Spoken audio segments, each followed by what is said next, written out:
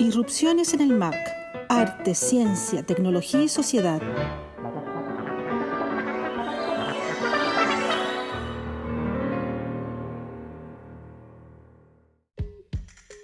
Hola, soy Alessandra Buroto, coordinadora de Media MAC Anilla del Museo de Arte Contemporáneo de la Universidad de Chile, y junto a Mónica Bate y Claudio Muñoz te damos la bienvenida a la 29ª edición de Irrupciones en el MAC. Esta tarde conversamos con la investigadora chilena Valeria Radrigán a propósito de su último libro 100 mariposas en el celular, Cuerpo, Afecto y Sexualidad en Dating Apps, que ayer viernes tuvimos el honor de lanzar por las redes del museo. Para Valeria, quien proviene de las artes escénicas y se ha dedicado a investigar profusamente en las relaciones entre cuerpo y tecnologías, la pregunta que guió este estudio fue precisamente qué rol cumplen las tecnologías en nuestra percepción del cuerpo, del amor o del sexo. Y en efecto, el despliegue de lo digital y la influencia de sus aparatos se ha vuelto clave en el devenir y en la producción de nuevos modelos de subjetividad, algo que no es extraño si pensamos que nos construimos en determinados contextos históricos, espaciales y socioculturales, donde las tecnologías son, en este momento, un aparato de nuestro, y un sistema de nuestro tiempo. Pero, ¿cuáles serían los cambios más significativos que este contexto está produciendo justo ahora? Valeria indaga en las modificaciones que las aplicaciones móviles de citas, las dating apps, promueven en lo que podríamos llamar capitalismo sexual. Aplicaciones como Tinder, Grindr, Hubs, Badoo, etc. alteran y, por supuesto, mediatizan las interacciones de cortejo, la percepción propia y la del otro, hasta conformar lo que Valeria denomina performatividades digitales. Sobre esto y mucho más hablaremos esta tarde en lo que será la primera sesión de la triserie tecnosexual de Irrupciones en el MAC. Hola a todos, estamos en una nueva versión de Irrupciones. Gracias por acompañarnos esta vez, en verano, en enero, con calor. No es nada fácil, pero nada, Irrupciones se puede llevar a todas partes, así que pueden escucharlo en un parque si quieren. Y esta vez, como ya mencionó Alessandra, estamos con Valeria Radrigán, con motivo de conocer su trabajo y sobre todo su último libro, del que ella nos va a comentar distintos aspectos, ¿no?, particulares de cada una de las secciones del libro, de cada uno de los focos del libro. El libro se llama 100 mariposas en el celular, que es un título que nos pareció extremadamente sugerente. Y nada, te damos la bienvenida, Vale. ¿Cómo estás? ¿Desde dónde nos estás acompañando? Hola, ¿cómo están? Agradecida de la invitación, les acompaño desde mi cama, literalmente, desde mi bed office oficial. También ahí con calor, pero disfrutando el verano, disfrutando que todavía no nos han cuarenteneado del todo, así que sí, aprovechando un poco ahí la vitamina D, los pequeños encuentros que se puedan. Así es la era COVID. Qué bueno, ¿no? Pero sí, pues hay que darle nomás, como sea. Así nomás. Y para comenzar me gustaría preguntarte cuáles fueron las motivaciones que hicieron que comenzaras esta investigación que es tan particular. También, si quieres, te puedes referir un poquito en términos contextualizantes de lo que anima esta investigación. Sí, bueno, como ustedes saben, yo llevo ya varios años, 10, 15 años investigando las relaciones entre el cuerpo y la tecnología, tanto en el contexto artístico como en el cultural, ¿no?, en un sentido más amplio. Y en esta ocasión, este libro que trata sobre la relación entre cuerpo y tecnología, pero ya, ¿no es cierto?, mediada por lo que son las aplicaciones móviles de citas o dating apps, me pareció también empezar a vincular el cuerpo con otros aspectos, en este caso en concreto con el ámbito de los afectos y de la sexualidad. Entonces, en el fondo, salir un poquito como de la zona únicamente matérica, ¿verdad?, de la corporalidad, que ha sido un poquito como el sello de mi trabajo en los últimos años, y avanzar desde allí, o sea, sin abandonar, ¿no es cierto?, esa zona de la materialidad, avanzar desde ahí hacia estos otros ámbitos que de repente, no sé, ¿no?, como que aparentemente fueran como más etéreos, al menos lo que tiene que ver con los afectos. La sexualidad está justamente, ¿no es cierto?, súper anclada también en la materia, en lo físico, en lo corpóreo, así como lo entendemos. Pero en este ámbito de las mediaciones con las aplicaciones, también hablamos de una sexualidad vivida, experimentada, de modos distintos. Entonces, me interesaba ver, ¿no es cierto?, cómo se estaban viviendo esos otros ámbitos en la cibercultura. Y bueno, este proyecto en concreto surgió hace varios años atrás. Lo que pasa es que, bueno, ya todos lo sabemos, pues hay que intentar ganarse los fondos una y otra vez, postular, pegar la misma puerta y darse hartos golpes con la misma puerta, y de repente la puerta se derriba. Entonces Originalmente surgió cuando yo, por ejemplo, todavía no usaba aplicaciones de citas, estaba en una relación monógama heterosexual, casada. Más bien era como, me llamaba la atención lo que me contaban mis amigas, lo que me contaba gente del tipo de perfiles que circulaban allí, las formas en las cuales se gestionaban reuniones y vínculos sexuales y o afectivos, y me parecía desde fuera que en esas imágenes que circulaban allí había una especie como de puesta en escena de uno mismo muy particular, o sea, de una singularidad muy, muy específica, ¿no? Y por lo mismo muy interesante también de pesquisar por qué era de ese modo, qué aspectos se estaban jugando allí, y también hasta qué punto, ¿no es cierto?, esas imágenes estaban dando cuenta o no de lo que podríamos llamar ciertos mapeos de los códigos eróticos o de cortejo, ¿no es cierto?, actuales. O sea, en el fondo, investigar hasta qué punto estas aplicaciones están dando cuenta de cambios o no en nuestra gestión sexoafectiva. Y bueno, como les dije, golpeé la puerta, yo creo que fueron como 2 veces antes de ganarme el fondo, que me lo gané el 2019. Después, claro, el año 2019 yo me separé y yo obtuve el fondo, entonces fue como ahí como que una primera crisis. Después empecé yo a utilizar las apps. Después vino el estallido social y después vino la pandemia. Entonces, además de, ¿no es cierto?, de toda esta temporalidad que pasó desde las motivaciones originales hasta que ahora, ¿no?, que el libro efectivamente sale a la luz, ocurrieron muchas tensiones y muchas crisis como que fueron, en mi caso, ¿no?, como desde lo micro hacia lo macro, ¿no?, como una crisis personal, después una crisis muy profunda a nivel país y actualmente una crisis planetaria. Las 3, ¿no es cierto?, crisis que de hecho atraviesan muy fuertemente tanto el cuerpo como a los afectos y como a la sexualidad. No solamente mía, insisto, ¿no es cierto?, sino también siento yo directamente a nivel país y a nivel globo. Entonces, eso es algo que me parece importante de destacar, a propósito también de los afectos que están implícitos, ¿no?, como en la escritura de un libro. Siento que este libro viene muy cargado, de algún modo, de ese tránsito, ¿no?, del tránsito personal al nacional y a la crisis finalmente sanitaria global. Valeria, tengo muchísima curiosidad, porque yo creo que tú eres una de las investigadoras con más publicaciones a nivel nacional. Si uno piensa en el ámbito de las relaciones entre arte, ciencia, tecnología, sociedad, incluso más allá de las artes mediales, bastante más allá de las artes mediales, pero con un origen en las artes escénicas. Quiero que nos cuentes un poco cuáles fueron tu primera formación y cómo esa primera formación fue haciendo esta deriva, pero también tengo mucha curiosidad porque, como exactamente tú estás diciendo ahora, el libro, aparte de venir muy cargado, hay una relación corporal con el libro que intuyo de parte tuya, no solamente por el hecho de la publicación física, sino por un trabajo físico con la producción editorial. Y creo que hay una cosa que probablemente venga de una conciencia o de un abordaje muy particular, muy subjetivo, sobre la corporalidad. Entonces creo que hay una bonita articulación entre intereses intelectuales, por así llamarlo, y experiencias corporales, existenciales y sensoriales, porque no es casualidad que te hayas dedicado a los estudios mediales desde las artes escénicas, abordándolo también desde la arqueología de medio o también mirando incluso más allá de los dispositivos mismos, sino yendo hacia un análisis más, podríamos decir, de corte sociológico, pero que tiene un germen justamente en una conciencia y un abordaje complejo, abierto, muy poco ortodoxo de el cuerpo, ¿no?, del cuerpo en sus diversas dimensiones. Entonces tengo curiosidad con eso porque, insisto, yo creo que eres una de las investigadoras que más publica libros. Sí, no, total.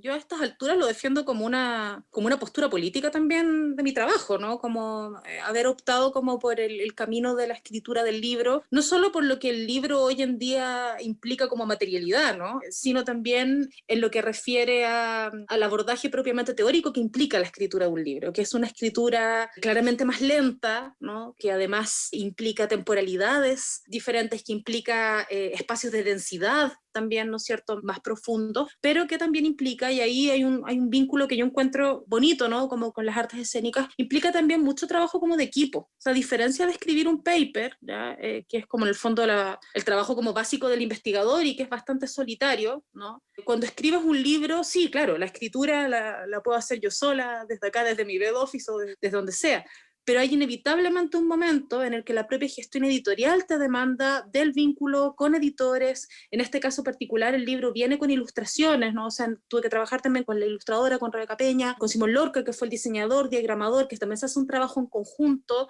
Bueno, después además, ¿no es cierto?, con todo un equipo de prensa, de publicidad para poder difundirlo, etcétera. Entonces, el trabajo no es en absoluto solitario, como es el trabajo del investigador, como del académico tradicional, sino que es un trabajo que se abre también a la dimensión del trabajo en equipo. Y yo creo que eso sí que lo traigo desde, como una herencia desde las artes escénicas, y que lo asumo muy profunda y muy positivamente. Eso como por una parte, ¿no? Por otra, sí, yo creo que el trabajo con las artes escénicas, claro, si bien yo ahora no estoy metida en eso, sí también dejó marcas muy, muy profundas en mí en lo que respecta a pensar el cuerpo siempre desde la experiencia. O sea, mis libros, bueno, y también los papers, porque también de repente me tengo que mandar, me tengo que mandar ese artículo, ¿no?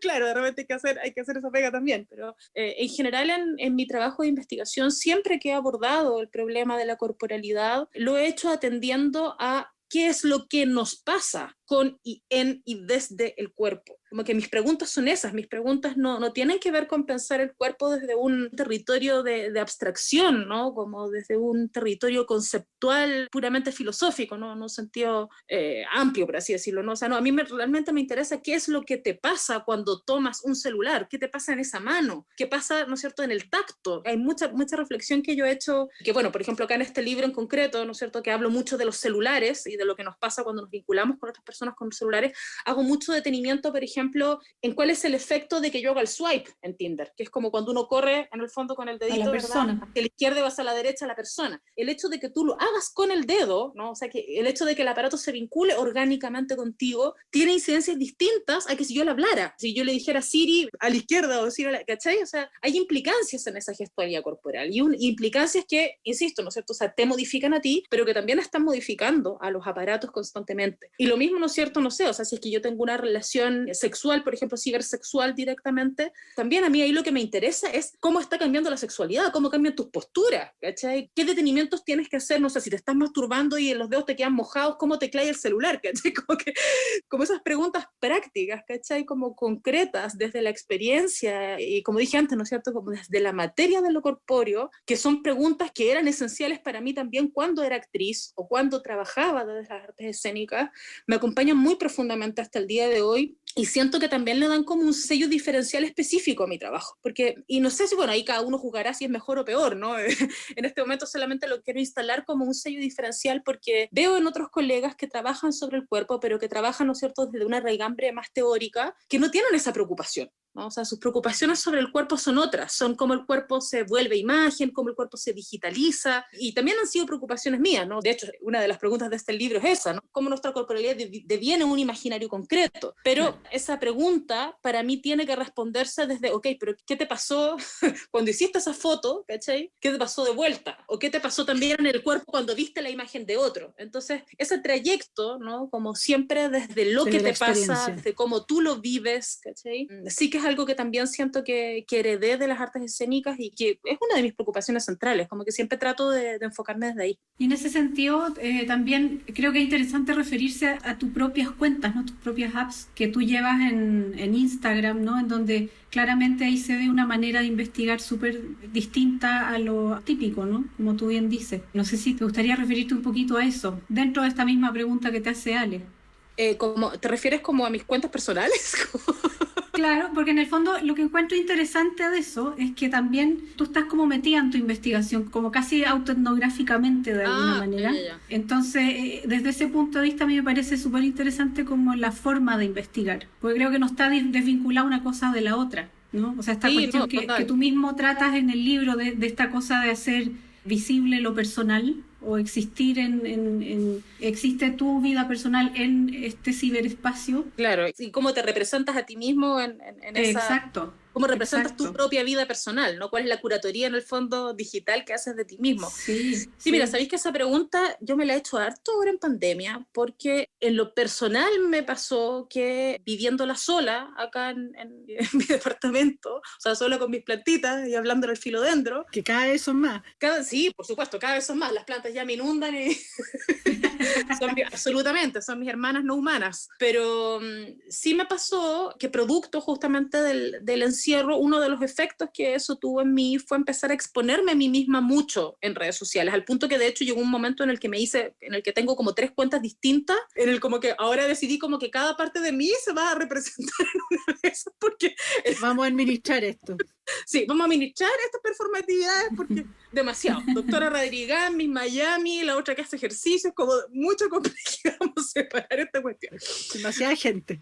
Entonces, claro, como que sí que esta como sobreexposición de mí misma en la red, me pregunté mucho cómo a qué se debía. Una de las razones como que me di en esa autobúsqueda fue como, claro, la necesidad en el fondo de compartir con alguien, porque estaba como súper sola, o sea, de no hablar solamente con las plantas, pero también como de tener una especie de necesitar testigos, ¿no? Como de que sí que estoy viva, sí que hay algo que está pasando, sí que hay algo que se está modificando. Las cosas que estoy haciendo no las estoy haciendo solamente acá, sino que tienen alguna incidencia en el afuera. Y creo que eso lo he visto también en otras personas, creo que a varias personas nos pasó algo similar en esta época de encierro, y creo que eso agudizó también esa pregunta por lo que yo en el libro llamo las performatividades digitales, o sea, las formas a través de las cuales nos representamos en Internet, ¿no? Esta curaduría que es uno de uno mismo, ¿no? O sea, el por qué me tomo una selfie desde arriba o desde abajo, el por qué decido hacerme 3 cuentas distintas para mostrar 3 personalidades de mí. Para no renunciar a ninguna parte de mí, algo así. Exacto, además, ¿cachai? Porque las 3 partes son, o sea, están separadas en Internet, pero en la práctica yo soy un solo sujeto que tiene todas esas cosas raras dentro de sí, y más, podría tener muchas otras cuentas, pero bueno, 3. Y sí, eso me parece muy interesante, creo que eso también, de hecho, es una pregunta como muy propia de las artes escénicas, ¿no? La pregunta por la puesta en escena de uno mismo, y no solo de uno mismo, por el fenómeno de puesta en escena de roles, ¿no es cierto?, en la sociedad, ¿no? No solamente en la escena, sino como en la escena social, uno podría decir, ¿no? Y darse cuenta que la cibercultura es un terreno como muy prolífico, ¿ya? Para este tipo de performatividades, para que emerjan muchas performatividades y para que emerjan performatividades, así como yo decía al inicio, no solamente performatividades que vienen determinadas por la lógica de la moda, ¿no? O sea, en el fondo por copiar estereotipos visuales, ¿no? O ciertos personajes que uno empieza a darse cuenta que son repetibles, ¿cachai? Sino también por la emergencia como de estas performatividades súper específicas que uno dice como, ¿por qué hay una persona que en una app de citas, que supuestamente es para ligar, ¿no? Supuestamente es como para encontrar a otro, y por lo tanto, ergo, debería verte atractivo, atractiva, ¿por qué te representáis como desde una axila peluda? Como, ¿qué queréis conseguir con eso? ¿Cachai? Como, ¿cachai? O sea, hay una especificidad allí que tú no sabes si es porque la persona está intentando como revelarse al sistema, porque la persona al revés, ¿no es cierto?, quiere en esta hiperespecificidad encontrar a otro que sea igualmente específico, o sea, quiere encontrar a otra axila peluda también, o porque simplemente quiere divertirse, ¿no es cierto?, y en eso se bypassea finalmente a las apps, o por qué razón, ¿no? O sea, ¿qué mecanismos están entrando en juego ahí? Y la verdad es que es un terreno súper vasto, no pude llegar a ninguna conclusión así como tajante u objetiva, ¿no? Que dé cuenta de estos porqués, a por qué la gente se saca fotos, ¿no es cierto? Pero sí hay ciertas líneas, ¿no? Sí hay ciertas líneas de trabajo, sí hay cuenta, en el fondo, cuáles son las fuerzas que están operando allí, ¿no? Para que eso ocurra. Comencé en esto de conocer gente en la web alrededor del 2003. Lo hice porque soy bastante torpe conociendo gente personalmente. Pasé por varias plataformas, Latin Chat, Chat de Terra y luego las aplicaciones de citas. Las usaba tanto para contactos de citas o cosas sexualmente escritas. Nunca he follado con alguna de mis citas. En la red me ocultaba y permitía desbordarme sin miedo a que me lastimaran. Los hombres en general son muy ansiosos en estas aplicaciones. Sienten que si ellos te hablan y hay una mínima comunicación, tienen el derecho de exigir que les correspondas. No pensé que pudiera darse en un medio social, así como en la realidad, pero pasa. Yo en Tinder no le doy corazón a cualquiera. Hay perfiles diferenciados en la aplicación. Están los demasiado bellos para ser ciertos. A eso no les doy corazón, porque son irreales. Bellísimos, perfil ABC1, modelos. Están los sporties, esos que tienen fotos haciendo trekking, ciclismo u otro deporte extremo. También se van descartados, porque yo no muevo ni un pie. Están también los floreros, esos que tienen su foto en algún lugar exótico del planeta, como Machu Picchu o el Mar Caribe. Esos se van descartados porque demasiada pretensión para una. Y por último, los normales. Gente como uno, con fotos con gatos, tomando una cerveza y siendo gente común. Esos éramos como la mitad del público. Yo no tengo suerte en Tinder, a pesar de tener un perfil cercano a ellos. No sé por qué, no logro match. Simplemente. Valeria, Hablábamos hace un momento atrás dedicar un poco a esta sesión de la serie de 3 que vamos a tener contigo, a la configuración en el fondo de las plataformas, a la usabilidad en el fondo de las plataformas y también un poco a, que tú lo señalas como punto de partida, tu pregunta principal en el libro y que vas desarrollando en los distintos capítulos, cómo es que las tecnologías justamente van cambiando la percepción del cuerpo, generando nuevas relaciones con estas plataformas y con los que están usando estas plataformas y cómo eso también va influyendo en los modelos de subjetividad o en la búsqueda del amor o en la búsqueda de un tipo de sexualidad tal vez, comillas, liberada dentro de Internet a través de estas aplicaciones. Pero particularmente las aplicaciones, tú señalas en tu libro que las aplicaciones tendrían algo así, no me quiero equivocar, pero tendrían una especie de carácter de influjo potente por sí misma, per se. Hay algo en la estructura de las aplicaciones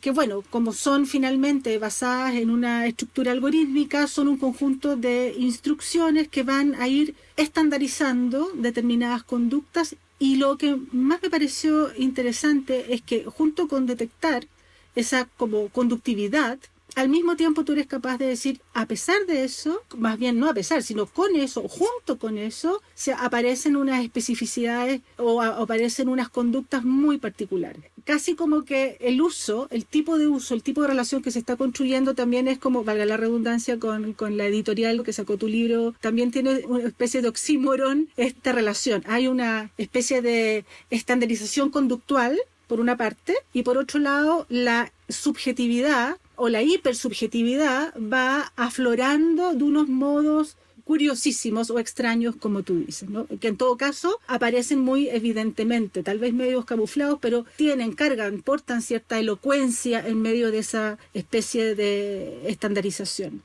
Sí, total. ¿Qué aplicaciones son las que se usan hoy día? ¿De dónde viene? Tú tienes una cantidad de ilustraciones en el libro que son geniales, además. Hay toda una evolución en el uso y en la arquitectura y en la, digamos, orgánica de estas plataformas. Sí, total. Mira, yo creo que la clave de la reflexión que haces tú y que finalmente, claro, yo también la hago en el libro, es atender que la emergencia de estas performatividades de alta especificidad ocurre en función o con o a la par de o en vista de que existe este modelo como conductista también, ¿ya? O sea, yo en algún momento, cuando estaba escribiendo el libro, en un momento yo pensé catalogar estas performatividades específicas, que finalmente en el libro las llamo performatividades alternativas, ¿ya? En algún momento pensé hablar de performatividades de disidencia.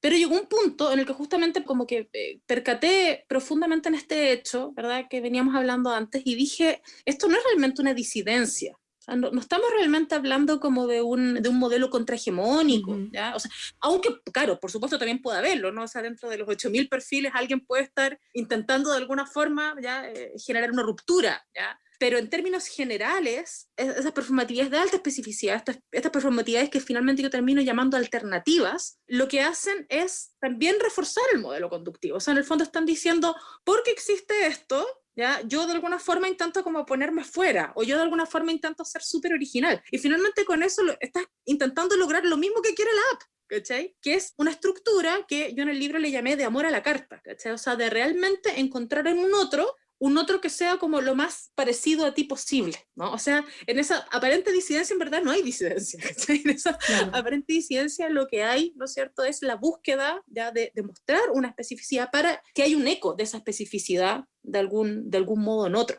Entonces, creo que eso es importante de atenderlo, porque también a un punto uno podría pensar hasta qué punto las propias apps tienen esta especie de punto ciego también contemplado dentro de su diseño algorítmico, dentro de la interfaz, ¿no? O sea, también de algún modo se busca que tú seas como, entre comillas, lo más original posible, ¿ya? Entonces, bueno, esto tiene obviamente una lectura bien apocalíptica que uno podría hacer, ¿no? Como bien tecnofóbica, ¿ya? Siempre está ese riesgo, ¿verdad? Como decir, claro, somos solo commodities.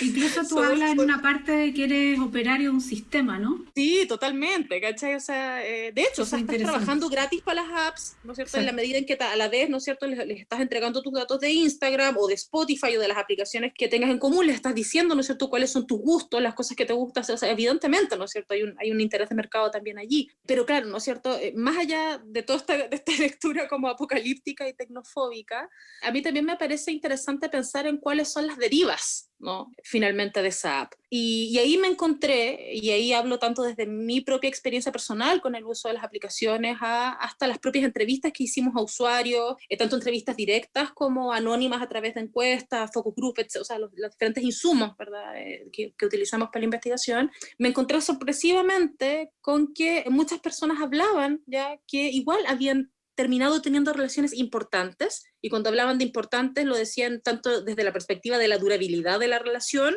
o desde la perspectiva de la intensidad, ¿no?, de la sincronía que habían logrado tener con otra persona, tanto en términos sexuales y o afectivos, ¿no?, y que también se habían configurado historias, ¿cachai? Y esas historias a mí me parece que también tienen un punto de intrazabilidad que me parece interesante y que me parece bonito, ¿no? O sea, este alto modelo conductual, ¿cachai?, como súper inserto en estas lógicas de un mercado sexual, de una economía de los afectos, ¿cachai?, como todo súper modulado. Esta puerta de entrada, ¿verdad?, que es así como tan codificada, finalmente igual tiene ciertas salidas a puntos ciegos, como fuera de la red, ¿cachai? Finalmente igual hay historias que te configuran a ti y que configuran al otro y que como que se disuelven en el fondo, como también en la propia vida. Y eso es interesante también, creo que eso es interesante y creo que es allí en el fondo donde sí se jugaría a lo mejor cierta disidencia, pero bueno, no, finalmente no alcancé a reflexionar tampoco tanto sobre eso en el libro, solo quedó como en las conclusiones, como que lo tiré por ahí. Esa constatación de que finalmente las afectividades son construibles, digamos, las relaciones afectivas son construibles de manera intensa, prolongada, significativa, desde una relación que en un sentido puede parecernos muy abstracta por la naturaleza del medio, pero que al mismo tiempo implican justamente el cuerpo físico, ¿no? Las afectividades, las emociones, la cognición, las relaciones espaciales, la relación con los aparatos, es física y es concreta, es decir, nunca vamos a ser completamente un bit, digamos. Exacto. Por lo tanto, la experiencia puede tener esa intensidad o esa presencia en la vida social moderna, esa presencia importante en la vida social moderna desde una condición que es, de nuevo con la idea del oxímoron, está como en las antípodas de la herramienta propiamente tal. La herramienta podría ser puramente digital, pero en ese sentido es imposible pensar las herramientas puras, porque las herramientas van con, y en este caso van con una corporalidad absolutamente concreta, física, pero a la vez líquida, en el sentido de que es capaz de meterse, hay una especie de acoplamiento, ¿no? Un acoplamiento entre la dimensión corporal, matérica, cognitiva, sensorial de los cuerpos y su expresión transformada en, no quiero llamarla dato, pero transformada en esta otra forma, ¿no? Y que implica otras performatividades, como tú bien dices. Es curioso también eso, porque no, evidentemente nos pone en la aceptación de que finalmente es la mixtura de las cosas y no en modelos puristas de que vamos a finalmente a disolvernos en el ciberespacio. Absolutamente, concuerdo 100% contigo. Bueno, esa es de hecho una de las problemáticas centrales que yo trabajé en mi tesis doctoral, porque justamente me interesaba trazar como una especie de constante, ¿no?, en la relación entre cuerpo y aparatos, desde el Australopithecus hasta lo que yo llamo las criaturas pixel, o sea, tanto en la relación que tú estableces con un martillo, ¿cachai?, como con una herramienta, ¿no es cierto?, en el sentido como más puro, más matérico y más simple, de alguna manera, o sea, tanto en esa relación como en la relación que hoy día establecemos con un celular. En ambos vínculos, ¿no es cierto?, se produce esta dimensión como del ir y venir, ¿no?, como de proyectarse en este objeto y a la vez, ¿no es cierto?, que ese objeto te modifique. Entonces es muy interesante, ¿no es cierto?, cómo uno puede trazar, ¿no es cierto?, esa continuidad como en la historia de la humanidad y en su relación, ¿no es cierto?, con los aparatos. Pero ahí yo creo que, claro, la diferencia clave está en como la diferencia entre la herramienta y el aparato, ¿no? O sea, claramente las diferencias tanto de expansión como de introyección de un martillo con un celular son claramente distintas. Las cosas que yo puedo hacer con un martillo y las cosas que yo puedo hacer en un celular tienen consecuencias muy distintas, insisto, ¿no es cierto?, tanto en el afuera, o sea, tanto en este proceso de exteriorización del cuerpo, como en lo que se viene dentro, ¿no? Atendiendo, por supuesto, que el dentro y el afuera también es problemático, lo que queráis, ya, pero, ¿no es cierto? Y esa distinción, ¿no es cierto?, creo que es importante hacerla, aún atendiendo esta dinámica de continuidad, ¿no? O sea, la relación que hoy en día que tenemos con los celulares es distinta a la que teníamos con el teléfono análogo, y es distinta a la que teníamos como con las cartas. Hay cosas que se van heredando, eso también lo sabemos, ¿no es cierto?, ¿verdad? O sea, nuestro modo de apropiarnos de las nuevas tecnologías siempre viene con una remediación de la tecnología anterior, pero siempre es importante, siento yo también, considerar las tecnologías dentro de su contexto temporal, de su contexto cultural, de su contexto geográfico, económico, político, etcétera, ¿no? Y por eso en este libro también para mí era importante centrarme. Hice varios como focos ahí, ¿no? O sea, hablar de dating apps en Chile, por ejemplo, ¿verdad? O sea, ¿qué pasa con las aplicaciones en el contexto chileno? Los modelos que yo analizo de performatividad son modelos que yo registré aquí. Luego también me interesaba, por ejemplo, que los usuarios a quienes abordáramos fueran personas que no fueran nativos digitales, ¿sí? O sea, personas que hubieran vivido el tránsito entre una relación, entre comillas, tradicional, como nosotros a lo mejor lo conocimos en nuestra adolescencia, ¿verdad? Claro, como de que le pasaba ahí el teléfono a alguien en un papelito en la disco y bueno, ojalá me llame. Claro. ¿Cachai? Como de ese mundo, o del mundo, o incluso del Latin Chat, ¿cachai? Hasta ahora, o sea, personas que hubieran vivido un tránsito y por lo tanto pudieran dar cuenta de cierto antes y después, ¿ya?, en el uso de las aplicaciones móviles de citas, y atendiendo también, ¿no es cierto?, a la materialidad de lo que implica la web 3.0, estas interfaces y el vínculo de este tipo de celulares con nosotros, ¿no es cierto?, que es distinto, o sea, es muy distinto que tú andes trayendo la aplicación de móvil de citas contigo todo el tiempo y que además, ¿no es cierto?, te puedas geolocalizar, por ejemplo, a un potencial pretendiente. Es muy distinto eso a la experiencia que a lo mejor teníamos en los 2000 de sentarnos frente a un computador en Latin Chat, ¿cachai?, para encontrar una cita en línea. Entonces, todas esas especificidades, ¿no?, es súper importante atenderlas a efectos de generar estos marcos de diferencia entre la relación que se tiene con las herramientas, con los aparatos, con el cuerpo, ¿no? Ahí es donde uno va marcando como los puntos clave, ¿no?, para discusión. Y en ese sentido, ¿cómo fue tu acercamiento hasta, porque tú tuviste, no me acuerdo cuál, por ahí aparece el número de cuántas personas tuviste como sujetos de estudio de alguna manera, entonces me da curiosidad saber cómo te fuiste metiendo en sus vidas también, o sea, también tuviste como un ejercicio de estar en cuestiones como muy personales de estas personas, hiciste gráficas también en el libro, o sea, hay unas gráficas, unas infografías bien interesantes ahí con números muy interesantes que incluso a veces dejan como que te descolocan, ¿no? Que en alguna, sí, totalmente, en alguna gráfica aparece una cosa. O algunas respuestas que yo no las esperaba para nada. Sí, exacto. Entonces, ¿cómo fuiste modelando este tipo de investigación que ya es de personas, ¿no? De meterte en sus vidas. Sí, total. Mira, una cuestión que para mí resultaba fundamental en esta investigación era atender a la complejidad del campo, ¿no? O sea, atender a la, no sé, potencialmente infinita cantidad de imágenes, de subjetividades, de performatividades que hay, de motivos de por qué la gente usan o no usan las apps. Me interesaba de algún modo dar cuenta de esa complejidad, ¿no? Y de esa variabilidad como tan gigante que yo percibía. Entonces, por lo mismo, yo sentí que no solamente tenía que abordar esto, ¿no es cierto?, desde un enfoque transdisciplinar, que es un poco también algo que ha caracterizado mi trabajo en general, sino también a través como de distintas herramientas que me permitieran obtener distintos tipos de datos. Entonces, una herramienta de trabajo que utilicé fue una encuesta que logramos encuestar a 663 personas. Fue una encuesta que circuló, estuvo, si mal no recuerdo, 3-4 meses en línea, ¿ya?, y que circuló principalmente por vía virtual, a través de redes sociales, mailing, etc. Esa fue una vía de acercamiento de la información. Luego hicimos un focus group donde asistieron aproximadamente 20 personas, también de este rango etario, ¿no?, que seleccionamos entre 25 y 45 años por el tema de que no fueran muy jóvenes, ergo no nativos digitales, ni tampoco mayores y que pudieran ya pasar, no sé, a categorías senior u otras categorías que existen, ¿no es cierto?, ya más a nivel como sociológico, si se quiere. Entonces tuvimos, como, insisto, la encuesta, el focus group como de 20 personas, pero también me interesaba ya tener como entrevistas en profundidad como de experiencias de usuarios, ¿no? Como ya entrar al plano más sensible de qué es lo que te pasó, cuál fue tu historia, conociste a alguien que fue importante, por qué fue esa persona importante para ti, ¿no? Como ya entrar como más al detalle. Y ahí lo que hicimos fue, claro, como justamente un trabajo de etnografía digital en el que tanto yo como el resto de investigadores que me acompañaron como equipo a lo largo de, principalmente de 2019, porque el año pasado, todo lo que fue el año pasado fue análisis de datos que lo hice yo más bien sola, todas nosotras nos abrimos cuentas en distintas aplicaciones y nos juntábamos de vez en cuando como a compartirnos pantallazos, a a narrarles las historias chistosas, bizarras, espantosas o muy buenas que hubiéramos tenido. Hicimos también una convocatoria de testimonios a través de las redes sociales del proyecto. De hecho, en la página web del proyecto cuerpospoliamorosos.cl hay registros, hicimos unos videos testimoniales ilustrados que están re buenos también, como escogimos las 4 mejores historias y las pusimos por ahí también.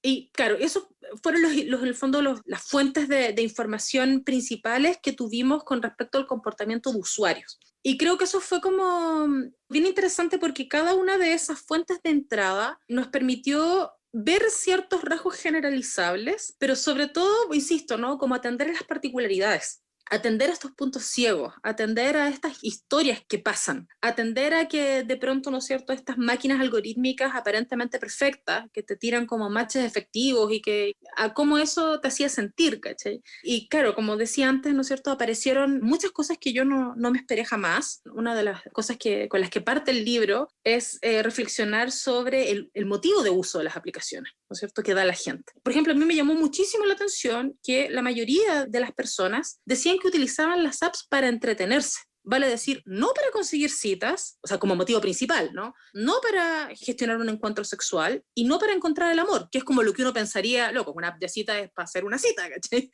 O es para, claro, para algún romántico que piense que puede encontrar pareja, o directamente para tirar.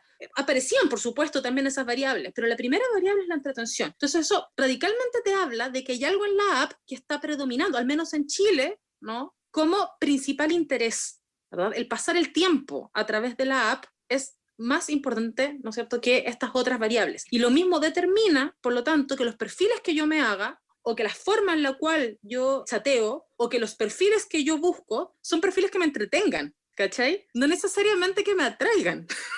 Entonces, eso está hablando, ¿no es cierto?, de la influencia de un montón de lógicas, ¿cachai? De la influencia, por ejemplo, sin ir más lejos, de la industria del entretenimiento, tanto en el diseño como en el uso de la app, ¿cachai? Y bueno, y así, etcétera. ¿Eso fue hecho en pandemia o no? La parte como de ver esos números, porque ahí como que hay una variable ahí como de aburrimiento, ¿no? Sí, no, eso también lo podemos comentar. No, todo lo que fue recolección de datos fue durante 2019. Y el año pasado, en pandemia, yo hice el análisis de datos y bueno, terminé como de escribir, yo diría que el resto de la mitad del libro. Durante marzo-abril estuve saliendo con un brasileño exquisito. Por tema de distancia y porque era solo un hueveo, decidimos terminar y quedar como amigos. Yo pasaba pegado a Tinder y Grindr por si saltaba la liebre, y entonces tuve una cita con un loco X. Estábamos en un bar repichocaluga y todo el rato me llegaban WhatsApp, me vibraba el celular, etc. En un momento, mi cita a Tinder se fue al baño y yo, obvio que saqué el celular. Era brasileño. Audios de 5 o 10 minutos, llámame, perdóname, anda a hacerte el test. El culiao tenía sífilis y yo me quedé negra, po. De repente llega mi cita a Tinder y me ve la cara. ¿Qué te pasó?, me pregunta. Y le conté todo. Todo, weona, todo. Y negra quedó y negra quedé. Y me preguntó si era broma, si la cita estaba tan mala que tenía que inventar algo para irme. Y lo peor era que era todo verdad. Y el clima quedó un poco raro, obvia. Y después nos empezamos a contar puras cosas íntimas, nos comimos y nos despedimos. Lo chistoso de esto es que como que me convertí en la peor cita Tinder de otra persona. Quiero leerles justamente en la página 52 del libro estas ilustraciones que están geniales. Aquí tú reflejas efectivamente esta una de las preguntas que me imagino que es de la encuesta, por los números creo que corresponde a la encuesta, ¿no? Entonces dice, ¿qué te motiva a chatear con alguien a través de las aplicaciones móviles de citas? 199 personas señalan curiosidad por saber qué va a pasar, ¿cierto? 156, que el perfil me parezca muy atractivo. Y 102 personas estar aburrido y querer entretenerme. O sea, ahí tenéis 3 de qué es lo que puede pasar en este tipo de cosas y el tema de entretenerme. Y luego después tú haces pones un segundo nivel que tiene que ver con la posibilidad de concretar una cita, que fueron solamente 83 respuestas para eso. 73 personas responden que la otra persona tome la iniciativa para conversar. 37 personas que dicen querer salir pero no tener con quién, y 13 personas, otras que clasificaste en otra. Bueno, supongo que esto viene justamente de la encuesta, por los números te digo, pero... Sí, todo esto viene de la encuesta. Ahí hay como...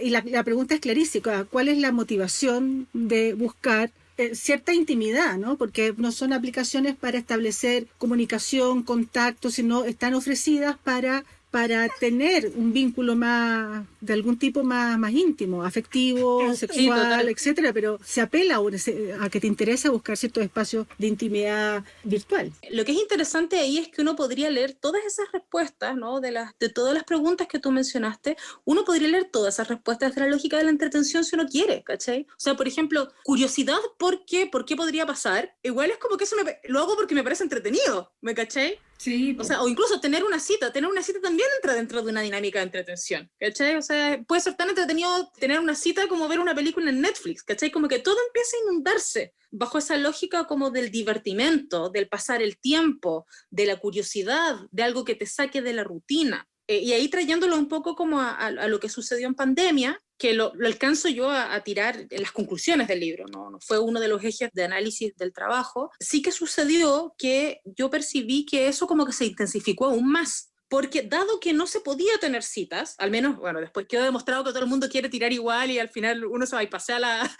cuarentena, pero en un primer momento, cuando estaba todo como realmente más brígido, ¿no? Y con cuarentenas que además imposibilitaban juntarse en lugares del tipo bares, discotecas o incluso de departamentos, ¿no? Mi edificio, por ejemplo, lo bloquearon, no podía entrar ni mi mamá de visita, ¿cachai? Entonces, todo eso intensificó esta idea como del entretenimiento online, del pasar el aburrimiento del encierro conversando con otras personas y empezó a reactivar lógicas que conocíamos desde antes del mundo de las aplicaciones móviles de citas, ¿no? Empezó a reactivar lógicas que uno reconocía, por ejemplo, en el Latin Chat, ¿verdad? Que era quedarse eternamente hablando. Y había mucha gente que ponía eso, como ¿qué buscas en esta app? Como una buena conversación. Y ojalá, bueno, a lo mejor después que se acabe la pandemia, juntarnos. Y yo decía como, ¿qué onda esta gente que se junta a conversar como por una app? Lo encuentro muy aburrido. Y yo, de hecho, bueno, ahí terminé como, ahora llevo como 4 meses de abstención que no uso las apps porque me empezó a parecer a mí me empezó a parecer muy aburrido como esa especie como de entretención cerrada en sí misma. Ese otro encierro. Claro, como que es otro encierro al final, pero empezó a suceder mucho. Yo considero que eso se exacerbó en pandemia un montón. Es interesante eso del Latin Chat, porque yo recuerdo, era como una práctica muy común, ¿no? Estaba súper de nuestras generaciones de transición, que era como la novedad de encontrarse con alguien ahí. Yo hacía relación como a buscar las radios en la SW, que uno escuchaba como radio rusa. Bueno, esta cuestión cuando aparece el Latin Chat también tenía algo de eso, como misterioso, como estar hablando con alguien en quizás dónde. Y sí, pues tenía esa cuestión de hablar por hablar. Y yo creo que en el fondo cuando aparecen estas apps como que le ponen un marco conceptual de que es para citas. Pero yo creo que finalmente igual permanece este ánimo de conversar por conversar. Me imagino que hay algo de eso. Sí, a mí me llamó mucho la atención eso, como gente que de verdad como que lo único que quería era conversar. Y eso yo al menos no lo percibí tan fuertemente antes de la pandemia. Claro, había gente como que te hablaba todo el rato, pero así como eternamente solo conversar. Me encuentro súper interesante eso. Sí. Y estaba pensando también en otro asunto que también tiene que ver con las aplicaciones, que es esta suerte de amor bajo instrucciones, ¿no? Como de sexo bajo instrucciones, de la cuestión algorítmica, de qué tan, lo mencionaste un poco, o sea, de qué tan efectivas son estos match a partir de instrucciones algorítmicas, o de quizás hay inteligencia artificial ahí ahora, no lo sé. No sé si hablaste de eso, le preguntaste eso a tu entrevistado, porque lo encuentro súper interesante eso. ¿Le chuntan más que una mismo o no? No, no, y eso es lo interesante. No, eso es lo interesante. Eso es bueno. Lo interesante que me parece que hay ahí es que en toda la lectura teórica que yo pude levantar, ¿no es cierto?, relativa a teorías de funcionamientos del algoritmo, principalmente de Tinder, ¿no?, que es como la más conocida, la más usada, etcétera. Bueno, ese algoritmo es como secreto, es como, no sé, es como el Papa Nicolau de la reina Isabel, ¿cachai? Es como nadie sabe. No se puede acceder a esos resultados. Hay un libro que se llama El amor en la era de Tinder, de una periodista francesa que se llama Judith Duportail, que de hecho la cito bastante en el libro, y ella intenta, de hecho, como contactarse con el CEO de Tinder, ¿cachai? Para que le dé el algoritmo, o para que al menos le explique, ¿no? Como cómo funciona esto, por qué tú me estás haciendo match como con este sujeto, ¿cachai? Y lo que es interesante es que, insisto, ¿no?, en toda la lectura teórica que yo pude pesquisar, siempre se habla como de esta alta tasa de éxito, ¿no? Como de que los matches son súper efectivos, que de algún modo la plataforma sabe generarte un target, ¿ya?, de candidatos que van a ser muy potencialmente atractivos para ti y tú para ellos. Y de hecho, el éxito de las aplicaciones móviles de citas en gran medida se ha explicado por eso, como porque por alguna razón, ¿no es cierto? Serían eficaces. Claro, te logras emparejar con gente que te da onda, ¿no? Y cuando digo emparejar me refiero, o sea, no como de establecer una relación de pareja, ¿no? Sino que, claro, de empatarte, salir, tirar, generar una conversación, lo que sea. Pero en mi experiencia, en la experiencia de mis compañeras y en lo que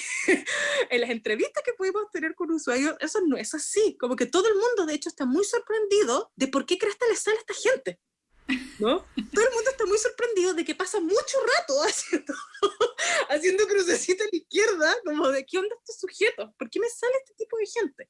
Ahora, eso también mucha gente mencionó que finalmente les empezó a parecer también atractivo, porque empezaban, claro, ¿no es cierto? Se habla como de ampliar el círculo, ¿cachai? Como que se habla de que también te permite como salir de algún modo de tu zona de confort, y en lo personal, por ejemplo, sí me pasó que yo terminé conociendo gente que jamás habría conocido en la vida real, pero que no sé, pues me la mostró, yo dije, esto se ven bastante bien, veamos qué pasa, y finalmente, claro, había una onda. Pero las experiencias de los usuarios, al menos en Chile, a quienes nosotros pudimos acceder, me revelan de que no es tan efectivo. O que no hay algoritmo. Claro, que de hecho termina siendo igual el máximo fracaso, ¿no? Lo cual también refuerza lo que es el amor. El amor es el máximo fracaso, ¿cachai? Y ahí yo creo que está la gracia también, ¿no? Como en que uno se sigue exponiendo a fracasar constantemente en este tipo de cosas. Me surgen inmediatamente dos situaciones. Primero, estos espacios son espacios ficcionales, donde uno, por más que le sea a uno imposible salirse tanto como de ciertas características que sabe, que se reconoce, uno no podría ser que uno las características que pone en el perfil, la verdad, ¿desde dónde las lees después? Las vas a leer probablemente desde tu, comillas, yo genuino, y no desde ese yo desplazado, que es una representación un poco, ¿no? Como decía los resultados de esta pregunta por la motivación en tu encuesta, que en realidad buscan otras cosas. O sea, en el fondo están probando, en el fondo están buscando conversación, buscando como más bien una especie de abrir puerta, pero a la hora de entender por qué me llega tal o cual sujeto, uno no lo está percibiendo desde ahí, sino lo está percibiendo tal vez desde el yo genuino, por decirlo de alguna manera atroz, digamos. Entonces se produce también una especie de dislocación de esta construcción del yo, ¿no? Y es por eso que es tan interesante esto del ejercicio de la representación, a pesar de estos espacios como de este sistema de instrucciones, porque finalmente la representación que está ahí ocupa tu tiempo real, o sea, digamos, tu día real, tu tiempo real está dedicado en función de esa ficción que te han invitado a construir como un juego. Más bien es como hay una componente lúdico, absolutamente 100% lúdico. Absolutamente. Que también es entretención, ¿cachai? Que también es 100% entretención. O sea, es como si hubiesen encontrado un mercado lúdico abierto, pero con otros juegos, que no son los juegos de los aparatos, del dildo y etcétera, son la relación como un juego, la seducción como el juego. Absolutamente. Y por ahí hay una frase, ¿no es cierto?, que yo pongo en el libro que, claro, como que es un juego muy exitoso porque es un juego en el que no hay nada que perder. ¿Cachai? En el fondo ahí radica el éxito. Claro que es un gran fracaso, pero es un fracaso donde no hay... ¿Qué es lo que en verdad en qué estáis fracasando? ¿Cachai?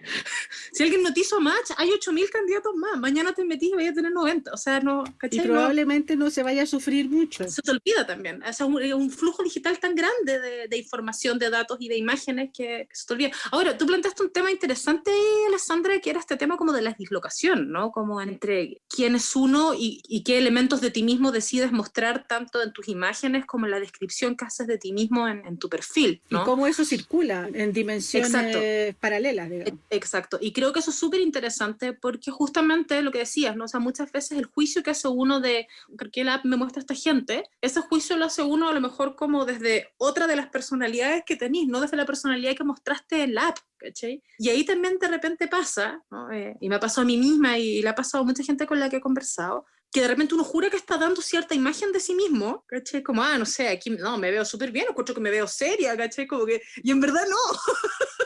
No es, o sea, como, y le mostré tu perfil a otra persona y dice, loco, pero en verdad, ¿queréis mostrar estas imágenes? Como, acá estáis diciendo otra cosa. Entonces, es interesante cómo ese fenómeno de construcción de uno mismo va a ser efectivo y operativo en la medida en que uno también se va interiorizando de esas reglas del juego.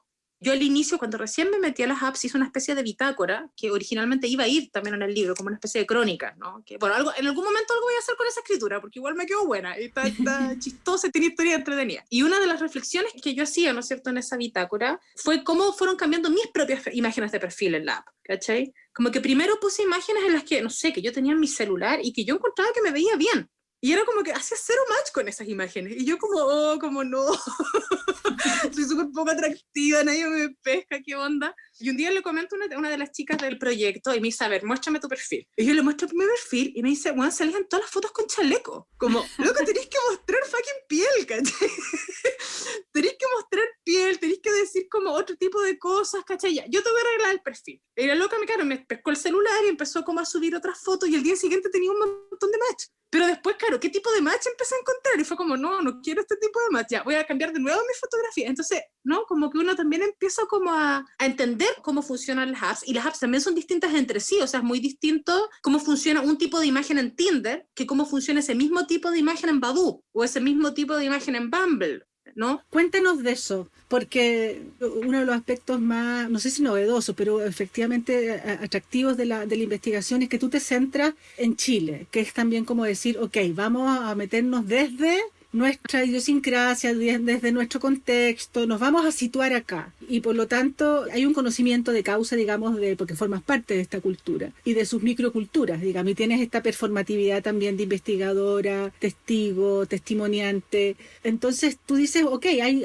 las aplicaciones han sido estas, son las que más estudié, pero hay diferencias. Entonces tal vez la oferta es, con nosotros puedes representarte incluso de estas otras maneras, y etcétera, etcétera. Entonces hay una competencia, el mercado es la representación, algo así. Totalmente. Entonces claro, la metodología es el juego, pero el objetivo del juego es la representación, y me imagino que entre medio van ganando pero miles de monedas y los datos fluyen y fluyen y fluyen y fluyen. Pero finalmente hay conductas que también ocurren a partir del uso. Entonces es interesante que tú nos cuentes como eso no chileno, porque no es lo idiosincrático, sino este lugar del mundo con este uso aquí.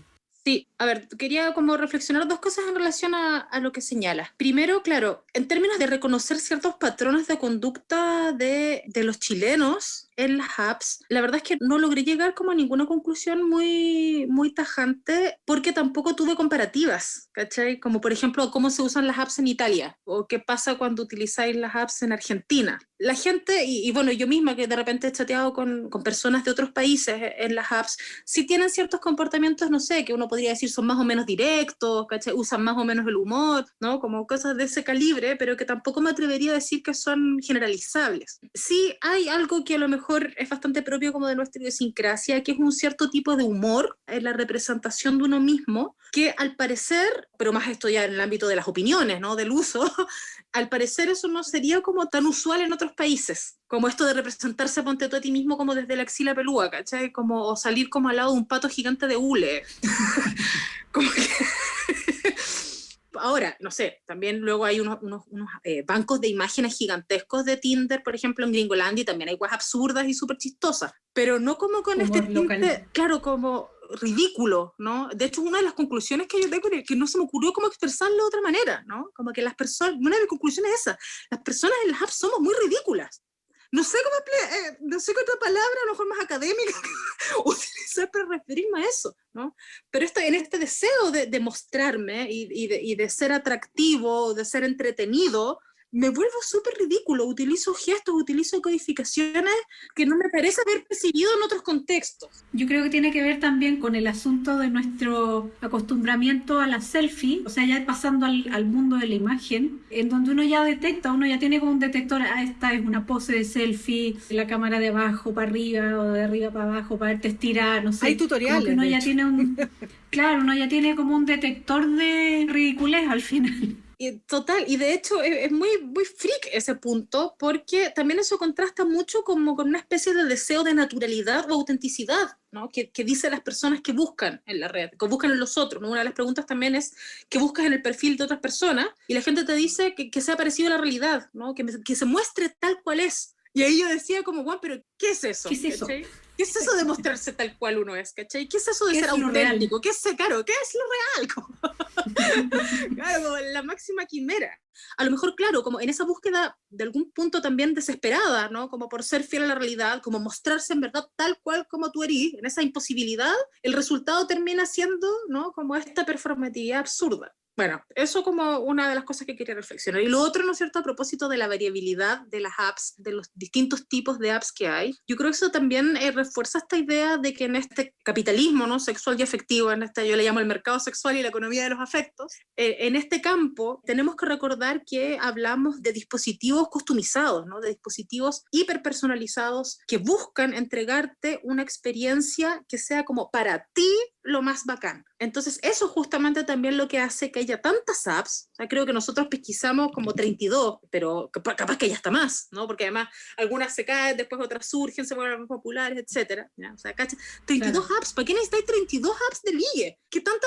Pero bueno, hay 32 o pueden haber más, y cada una apuntando a un target distinto, ¿no? Y no solamente a targets que puedan diferenciarse en términos de identidad de género o de orientación sexual, ¿no? Como targets más para la comunidad LGTBI, sino también como en términos de, no, esta app va a ser para cierto tipo de fetiches, esta app va a ser solamente para personas casadas, esta app va a ser para millonarios, esta app va a ser para kinky stuff, ¿cachai? Entonces, eso también te habla de eso, ¿no? De cómo finalmente estos sistemas están intentando, y también, ¿no es cierto?, en ello está la base de su éxito, en intentar ser como lo más customizados posible, en entregarte a ti una experiencia que sea diferencial, ¿no? Finalmente, claro, es cero diferencial, ya nos dimos cuenta de eso, pero generarte como esa ilusión, ¿no?, de que es como hecha a la medida de ti.